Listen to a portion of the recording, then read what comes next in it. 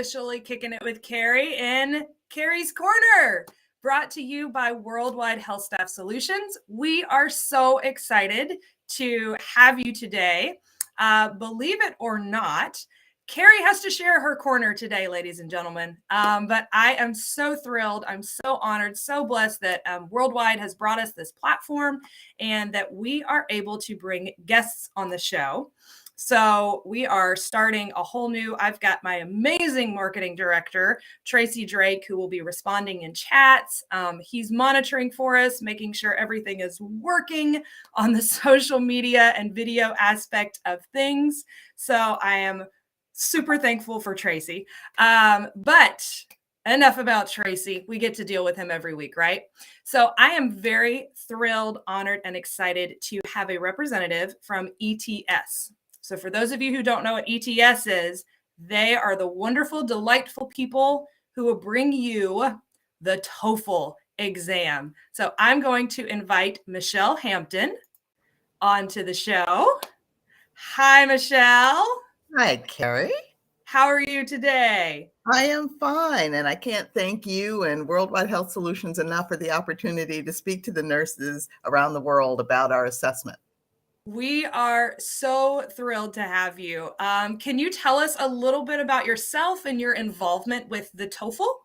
Sure. So my official title at ETS is Director of Institutional Relations for the TOEFL program.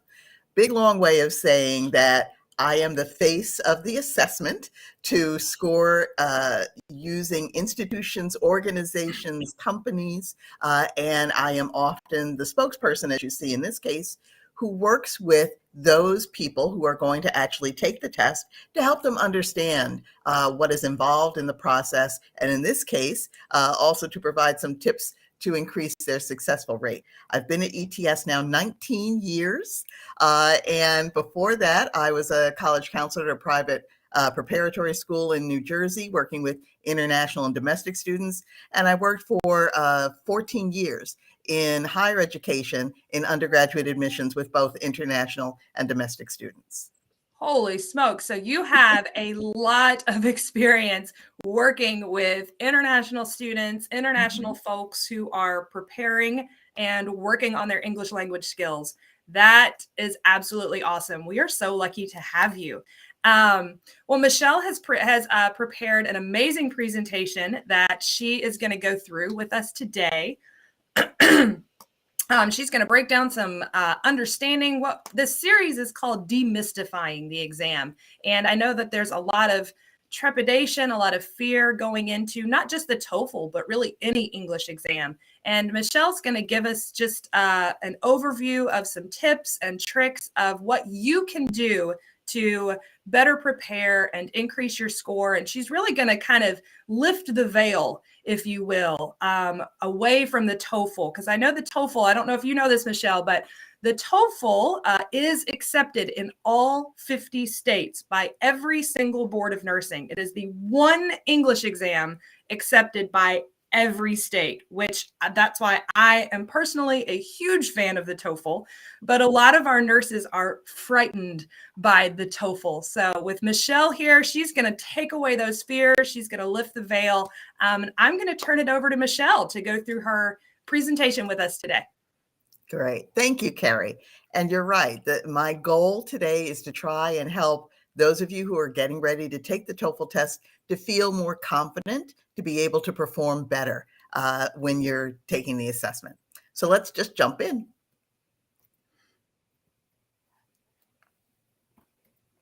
And the computer's not responding to me, Kari, so I may need you to advance the slides for me. There we go. I got you.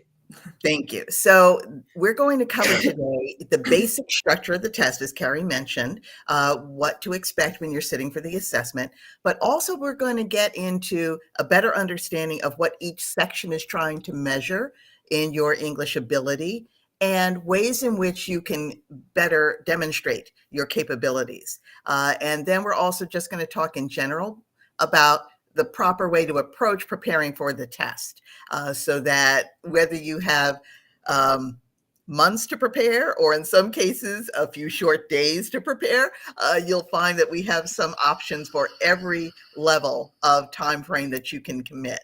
And then, of course, I'm happy to take questions and answers. I'm hoping that by allowing me to go through the slides first, when we get to the question and answer section, we'll have covered and maybe answered some of the general questions you have.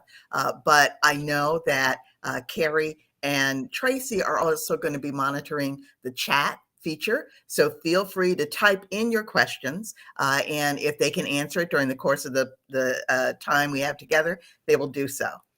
Great. And next slide, please.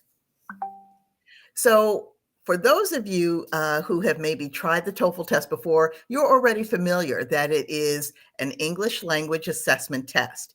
It is designed for students, or I should say those pursuing education, meaning that we brought in freshman year, first year university professors and recorded them delivering some of their lectures.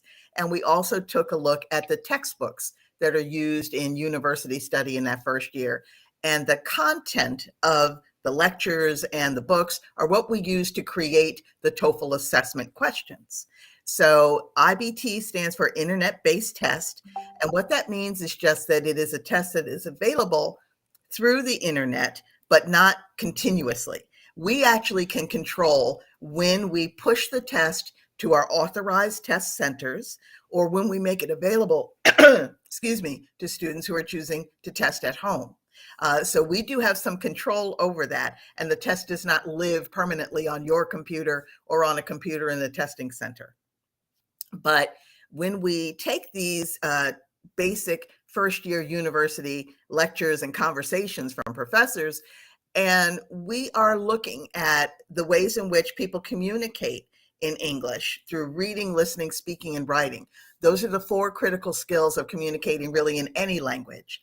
But in this case, it's focusing on combining or integrating those kinds of skills. So for example, in the listening section, you will read a passage, you'll hear a student and a professor talk about the content that is in that passage, and then you'll be expected, having listened to their conversation and read the text, to provide the answer that is appropriate. So it's combining or integrating multiple skills, because that's what we do every single day. And for you as nurses, you need to rely on that integration of multiple skills in order to serve your patients well. And as indicated here, we provide the TOEFL IBT test, both in test centers through authorized means, or since COVID happened, since 2020, we've also been able to offer the same rigorous TOEFL IBT test to students who want to take the test at home. So you have 2 options. Next slide, please. Yeah, Michelle, it is important to note for our nurses, and especially those of you who are going through CGFNS, which is kind of how we verify a lot of our data and documents, that as of right now, I know during COVID, there were a couple of states that accepted at-home versions, but as of right now, CGFNS is not, unfortunately, not accepting those at-home versions of the test. So Michelle, maybe you could send CGFNS an email and say, hey, this is really validated. Yeah, I will be happy to work with them. But in the interim, then we'll focus our time together in talking about taking the TOEFL IBT in a test center. So thank you for that clarification, Kari. So why choose the TOEFL IBT? As you know, you are able to take a variety of English language assessments, and we are aware of that. But first off, the TOEFL was created here in the US by my company. We're based in New Jersey, Educational Testing Service.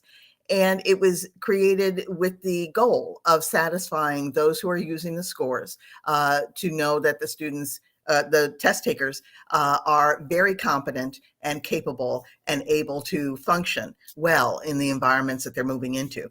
So it meets the English language proficiency requirement for nurses. Just as Kari just said, CFGNS is definitely in favor of it, and it helps you demonstrate your proficiency in all 4 skill areas. the fact that we offer free test prep and even nominally priced test prep. I think our most expensive product is $50. So it gives you the opportunity to use either the free resources to prepare for the test or those that are priced if you have the ability.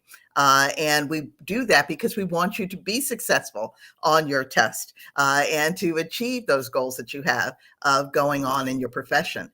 And speaking of which, going on in your profession, you do get a head start over your peers because the TOEFL IBT test is considered the gold standard in English language proficiency tests. So it would be tantamount to showing up, with a brand new Tesla. I had the highest possible test behind me. So that means a great deal. Next slide, please. So I mentioned that the TOEFL was created in 1964 for U.S. institutions, U.S.-based organizations for their use in evaluating international students. But also in 1964, the test was given worldwide. So it's always been available around the world, regardless of where you are. And currently we're testing in 160 countries. So there's a lot of options there. And it's not just restricted to a specific part of the world. And that can mean a great deal of difference since you need to be able to access a test center to take the TOEFL IBT for satisfying your requirements. And as you'll see here, you'll also find for some of you who might have family members who are going to be coming with you to the States and want to pursue university study when they're here, TOEFL is accepted and preferred actually by 9 out of 10 U.S. institutions as their primary English language proficiency test. So again, there's comfort in knowing that your child, your loved ones can also have the opportunity to pursue higher education by taking the TOEFL test as well. Next slide, please. So I did some work on my part, and I went out to the website, and as you can see here, the U.S. government's Office of Global Health, their Health Resources and Services Administration, does have on their website a chart that talks about what are the minimum score requirements for those who are pursuing health careers in the U.S. And as you can see on that first line there, for the TOEFL IBT test or internet-based test, the requirement is a total score of 81. And the way we calculate the total scores for the TOEFL IBT is that we add together all 4 section skills scores that you earn from a low of 0 to a high of 30, so that your total score could be a low of 0 to a high of 120. So they say that a minimum total score that they want to see from you is an 81, but they also have some additional requirements. They want it to also reflect that you've earned at least a 57, again, and actually that's interesting because the section scores are 0 to 120. So they've added together reading, listening, and writing. So they're saying out of those 3 skills altogether, you need to earn at least a 57. And you also need, in the speaking section specifically, to earn a 24.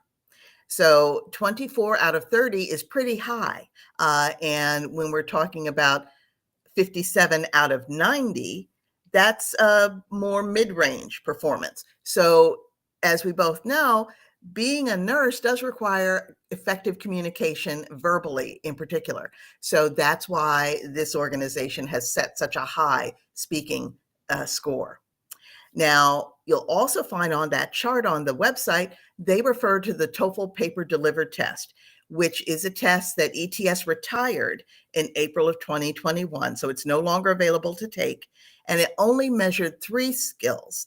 It only measured reading, writing, and listening. It did not include a speaking section. And that's part of the reason why we retired it, because we knew that many organizations, in this case, the field of nursing as well, and CFGNS, requires a speaking score. So when you see that on the table or in any of the programs that you're looking at, you don't have to worry about that test. You just need to focus on the TOEFL IBT test.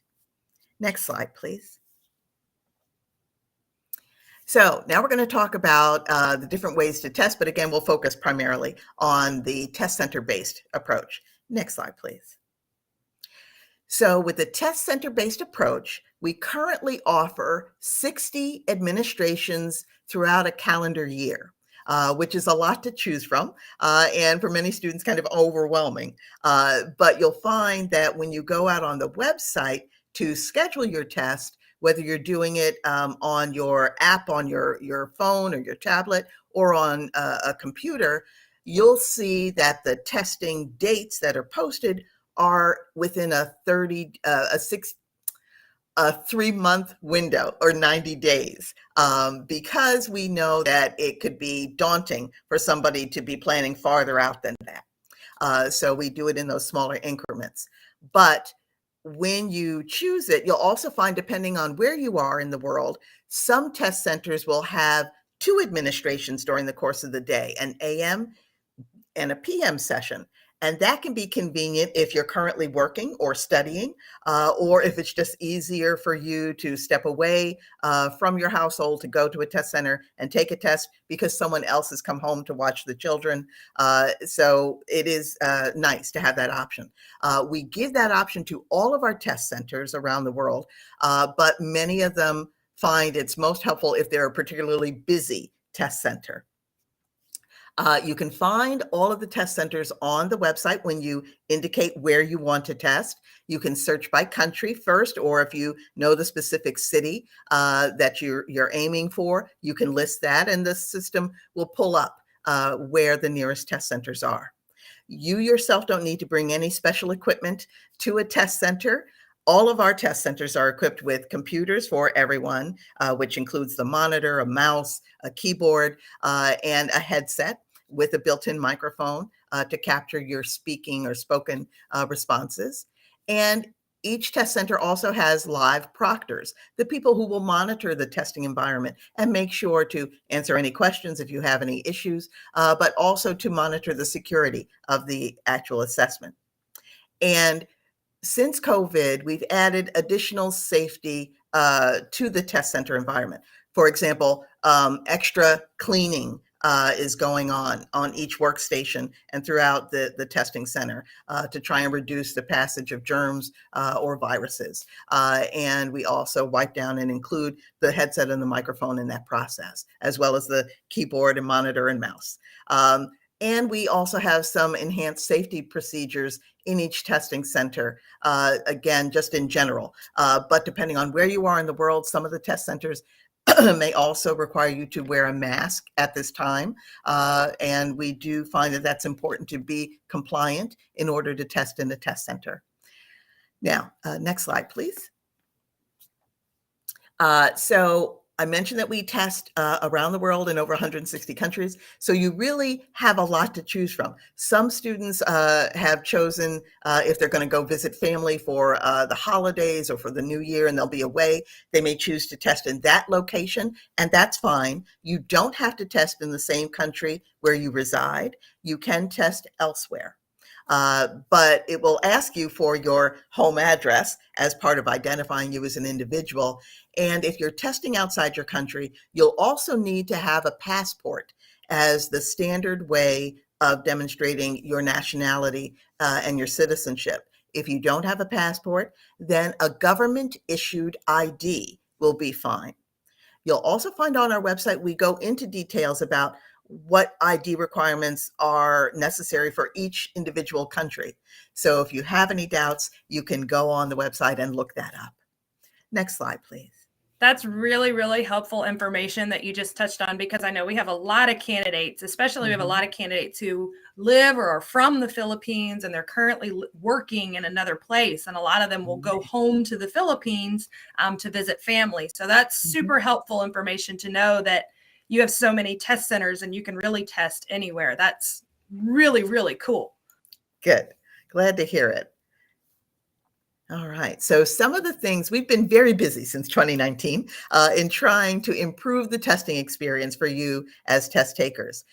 We've made the registration easier. As I mentioned earlier, you can register not only on a computer or a laptop, but we have the official TOEFL app, which is actually the name of it, available in both the iPhone store and the Google store. It's a free app, and it not only lets you access the registration process, but you can use it to access the test prep materials, to look and see what the score requirements are at your institution, to even find the test center, because it also capitalizes on the Google Maps feature. So you can see down to the street level exactly where your test center is that you're going to. So that's tremendously helpful to have. We extended the online registration window so you can register up to 2 days before you want to take the test. We know that people's plans can be quite fluid and something sudden can come up, and you may need to test quickly. So we wanted to shorten that window. We also, as I mentioned, have afternoon testing in some of the test centers. We reduced the retest waiting time, which means that you can test again on the TOEFL IBT as soon as 3 days later. So that could mean that you could test in 2 consecutive weeks. And again, for some students who are trying to meet the score requirements or have the best options, that is important. We shortened the test to 3 hours in length, so it's about the same duration as most other worldwide administered tests. You're going to find that we also report my best scores, which in addition to your scores from the single test date that you tested, on the score report, we will also show, if you've tested more than once, your highest section scores in all 4 sections out of all of the previous attempts that are still valid. We consider scores valid for 2 years from the day the test was taken. So you could see a speaking score from a previous administration. Now, one thing I do want to point out is that's great information for universities to use. They like it, but CFGNS does not. They focus on your single test date score, which is going to be in the row above on your score report.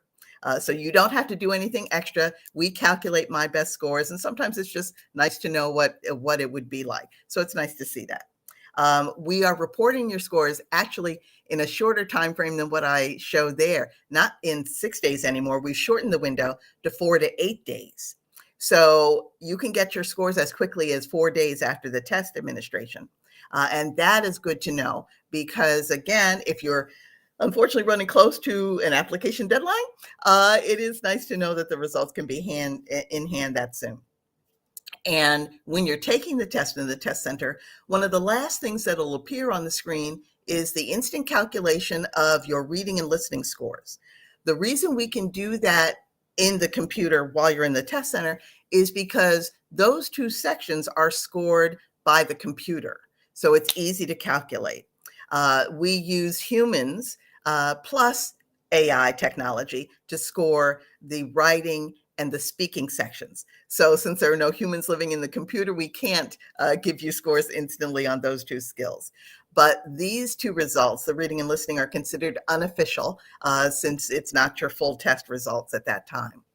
And then we also, in scoring the speaking and the writing section, the human, we call them raters that we use, are ESL educators who have been teaching on average about 12 years in the profession in a number of countries, in most cases, usually about 3 different countries. So they've worked with students of all different skill levels, all different abilities, and they understand accents and the regional aspects and dialects that students may bring to the environment. And we think that that's an important plus to taking the TOEFL IBT, that these are people who themselves in many cases are former international students, and they are able to help in evaluating fairly and objectively the actual performances of test takers on the test. Awesome. Yeah. I have a quick question about, you talked about the fast score turnaround, and I know we have a lot of candidates that ask about rescoring. I know that the IELTS does offer that you can resubmit your test to be rescored. Does the TOEFL offer that? And if so, is it the same person that scores it again, or is it sent to a different rater? We do also offer rescoring, and it's really on the speaking and the writing section, as you can expect, because the computer has quickly done your reading and listening. So that's pretty standard, but we do use or offer a rescore possibility for speaking and reading, writing. The person who conducts the rescore is not the same one who scored your actual test. As a matter of fact, when we're either performing the rescore or scoring the test outright, the test taker's information is anonymous. We do not let the raters know who it is that they're listening to or speaking to.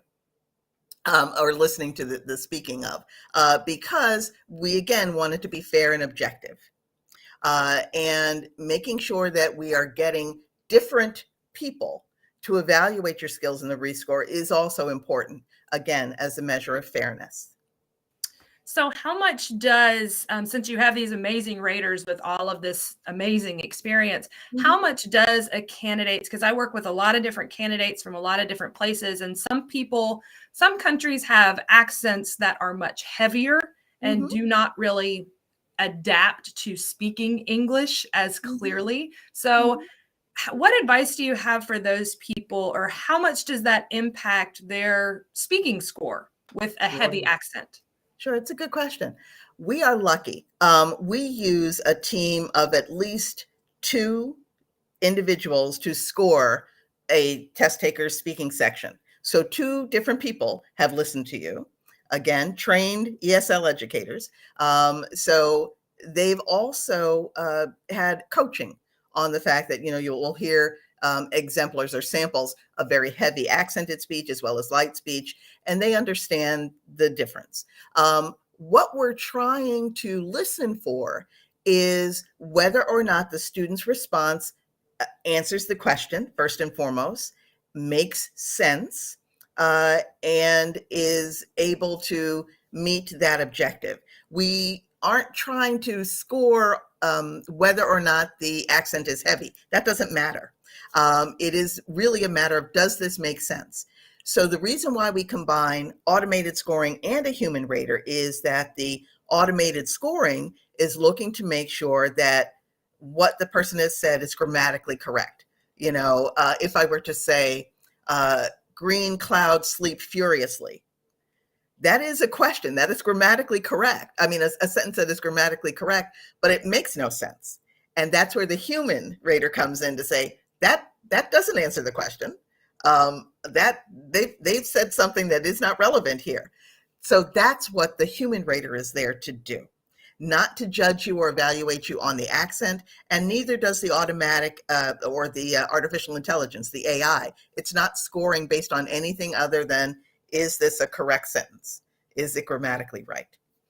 So don't worry if you have a heavy accent. Many of the people that we work with at ETS on the TOEFL program also have a heavy accent. So we're pretty used to it. That is fantastic information. I hope that puts a lot of our nurses at ease, because I know that's a big fear among nurses is, I have an accent. Can you understand me? Yeah. So hopefully it takes that fear away. I hope so too. Thank you. So now we're going to look at the test format itself and the features. Next slide, please. So I mentioned already that the test is comprised of evaluating your skills in 4 areas: reading, listening, speaking, and writing. And you'll find when you take the test, it's always offered in this order. The reading will come first. You can receive a test that will either have 3 or 4 reading passages, and we mix it up. So in a test center, there could be people next to each other. One has 3, one has 4, etc. And in each area, there will be 10 questions that you will have to read and answer. And if you have 3 reading passages, you get 54 minutes for the section. If you have 4 reading passages, you get 72 minutes for the section. And you will find that in order to meet this goal of having a 3-hour test, we removed a few questions from the section. So if you tested before August 21st, 2019, you will find that it's a little bit shorter. You also may not remember what the test was like before, because so much has happened since 2019. With the listening section, you'll either receive 3 or 4 lectures with 6 questions in each. You'll either hear 2 or 3 conversations with 5 questions in each. And if you have the 3 lectures, the 2 conversations, you get 41 minutes. If you have 4 lectures, 3 conversations, you get 57 minutes. The break is built in and it's automatic. So the computer screen will flash and show that the word break and that you have 10 minutes. And it starts counting down those 10 minutes. So during that time, most students in the test center will use the restroom. They will maybe get more scratch paper that they can use during the test. But if you remain at your seat, or if you have left the room, you want to make sure you're back at least by the 9th minute, because when that 10th minute is finished counting down, the test starts again. So there's no way to stop it. It will just automatically start. So you want to pay attention. In the speaking section, there are 4 tasks or writing prompts. And one of them is an independent, meaning that we're asking your opinion and you're going to give us information back. And the other writing tasks that you're going to write are integrated, meaning that you'll hear something, you'll read something, and then you'll speak your answer. So it's integrating 2 other skills in order to demonstrate speaking. And in the writing portion, there are 2 tasks. One is integrated, again, where you're combining other skills, and the other is an independent, where we're just asking you to provide your opinion on something. And that section is 50 minutes. So altogether, the test is roughly 3 hours in length, and it gives you the opportunity to adequately express yourself. And you'll find that even though we've shortened the test, it is still the same level of rigor, but also the same opportunities to demonstrate your abilities. Next slide, please. So now we'll look a little bit at each section, right? So the reading section is assessing how well you read and understand the kinds of materials in an academic environment. And you're going to find that you do not need any specific subject knowledge. There is no part of the test that is specifically talking about nursing either. So you won't find that it's career oriented. It's very general. And again, the content is coming from what we would typically teach in a first-year university level of courses. So there is a glossary feature. As you're going and looking at the words on the screen, if there's a word that's unfamiliar to you, you will be able to move your cursor over it and have a definition of that word appear. So that, I hope, will take some of the fear out too for students. Next slide, please.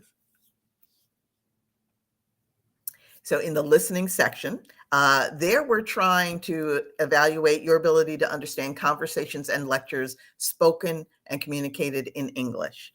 So we're evaluating your listening for basic comprehension. Do you understand basically what was said? Pragmatic understanding to make sure that you get the intensity or the speaker's attitude and the degree of certainty you have in understanding what it was they were communicating. And then whether or not you're able to connect and synthesize this information. So can you listen to what was said and come up with what it is that they were talking about? So it's not that we are looking for you to say it in a particular way, but we just want to make sure that you are understanding what is spoken and addressed. So the conversations, as I said, again, are using campus-based language, even though you're taking it for nursing. Next slide, please.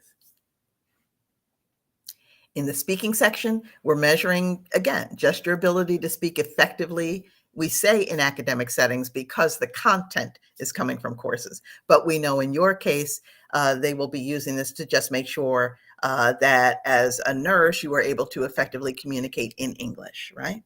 And again, that evaluation is going to be made at CFGNS, not us. But we are giving you the chance to speak into that built-in microphone that's part of the headset.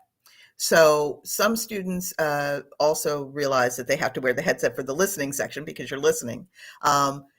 And in the speaking section, the microphones are very sensitive. So you can speak in a normal tone of voice and it will pick it up. Unfortunately, I think it's human nature. Once you put headphones on, you feel like you have to speak louder. So in the test center, sometimes we have students mention that, it's kind of frustrating because I could hear my neighbor, next to me speaking. And that is a fact. You're right. You're going to hear them. So it is something to keep in mind. But we do our best to have sensitive microphones and the best headsets we can get. Next slide, please. The writing section. So you're going to use the keyboard to write your essays or write your responses in this particular section. Again, you don't have to worry about bringing a paper and pencil or writing something down. That's not required. You can take notes in all 4 of the sections if it helps you in answering the questions on that scratch paper that we give you, or you can ignore the scratch paper. It's your choice. But some people in particular use it in the writing section to help map out their response. Maybe they want to have a first paragraph that gives an overview of the topic. Then they want to reinforce their points in the subsequent paragraphs. So they'll use the scratch paper for that. Completely optional though. But you will find that we're really evaluating here just to see if what you've written responds to the question that was asked, makes it is easy to understand, and flows logically. So we want to make sure, again, that you're communicating effectively in the written form. And as you know, as nurses, taking notes on your patients, leaving behind all that information for doctors and the other practitioners is going to be critical. So this is an important skill. Next slide, please.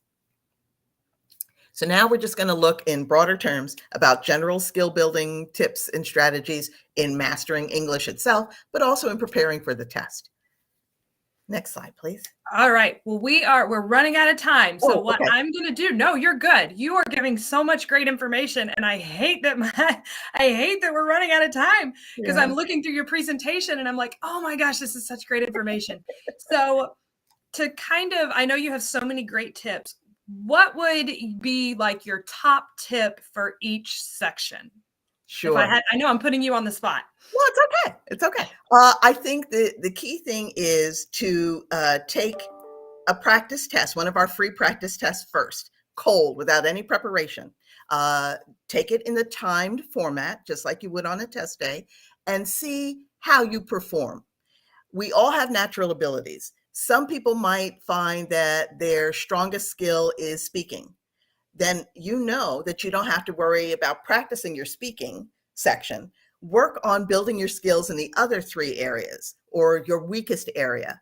And then once you've worked on some of our other exercises or some of our other free test prep to build those skills, then take that second free practice test, which is a completely different test, different questions, timed, and see if you can see an improvement. So that's the first tip that I have.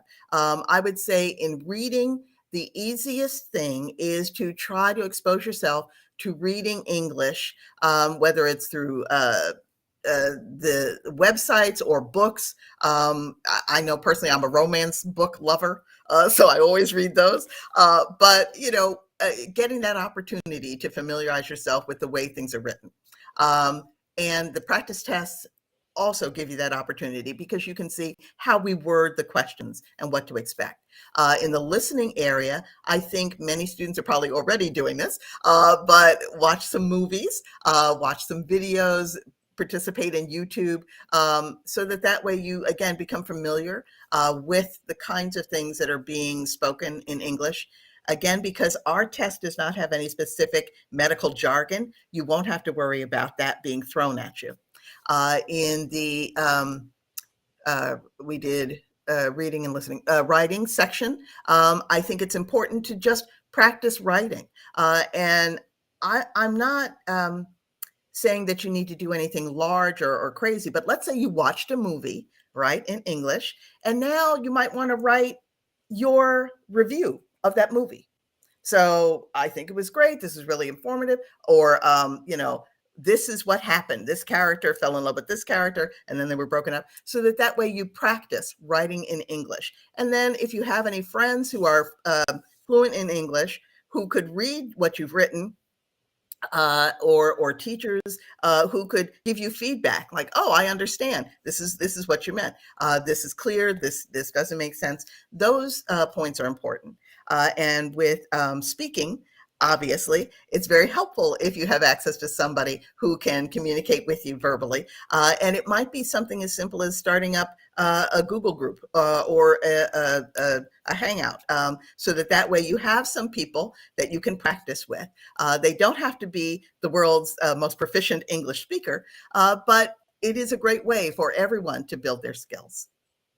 Does TOEFL have any like apps that they support, or like practice apps? Or I know you said that there are two free tests. How do people find these free resources? Sure. So we actually, if you were to go online, you'll see that we have more than just 2 free practice tests, which can be daunting. But all of that is available either on our website, TOEFL, ets.org/TOEFL. Is the website, or if you choose to download that free phone app, the mobile phone app, or you could have it on your tablet, which is the official TOEFL app, TOEFL official app. You'll find it in either the iPhone store or the Google store, and you'll be able to download that and have access to all free practice materials. When we publish our ebooks, which are a little bit more expensive and do have practice tests in them, all those practice tests are different from each other.